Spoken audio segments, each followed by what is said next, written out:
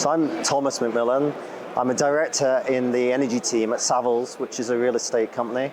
And I've previously been chair of Solar Energy Scotland and on the board of Solar Energy UK.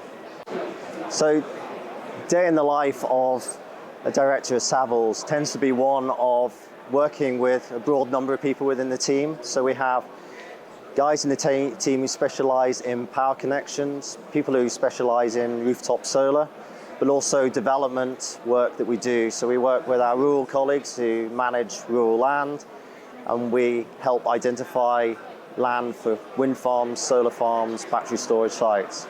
So anything across real estate. The bit I love most about the job is just the variety. No two days are the same. You never quite know what's going to come in.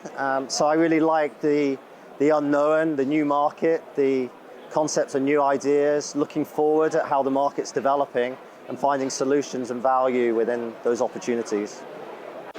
So my career path, probably like many people within the energy sector, not one where I expected to be where I am today. I started as an environmental scientist. I started in water and the less glamorous world of wastewater management, and then evolved into the energy sector through hydro projects and anaerobic digestion and wind projects. So starting in that principle of looking to work in an environmental job, but increasingly being pulled towards renewables and energy infrastructure, and that helping us to get to net zero. So in terms of qualifications, I've got a degree and a chartership, and I came through a traditional approach of going to university and then working through a graduate program. But I think these days, the pathways are quite different. And there is an argument that you need some people with those backgrounds, but within our team, we've got apprentices, we've got mapping specialists, we've got surveyors. They don't all have to be chartered. Some of them are, but some of them aren't. And I think that's the interesting thing about where the energy market is at the moment, is that there's such a broad range of people that we need, that traditional pathway of going to university and getting a degree is not necessarily the only pathway now to being successful within the energy sector. So solar, for me, it's such a simple technology, if you keep it simple.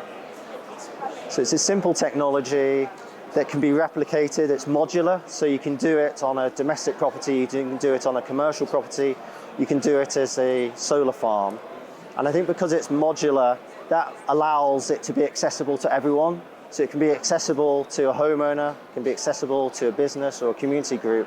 And for me, I think that's really powerful. It's really powerful where people can interface with the technology, and it can mean something to them in their own lives rather than this distant concept that others are involved in. So as an employer, the number one thing is being able to problem solve for me, to be able to see opportunities with technology.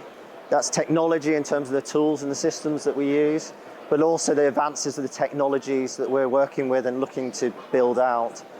So that ability to be inquisitive, to problem solve, and to be able to look at what the future holds, not looking back the way what we've done historically, but looking at what we can do in the future with these new tools and new concepts. So if I was to give some advice to a young person looking at coming into the solar sector, it would be to look at the graduate apprenticeship pathway. I think it's really exciting that there's the opportunity to secure a degree whilst also working within an industry. And because the industry is moving so quickly, there's quite a challenge, I think, with the education system to keep up with where the industry's at.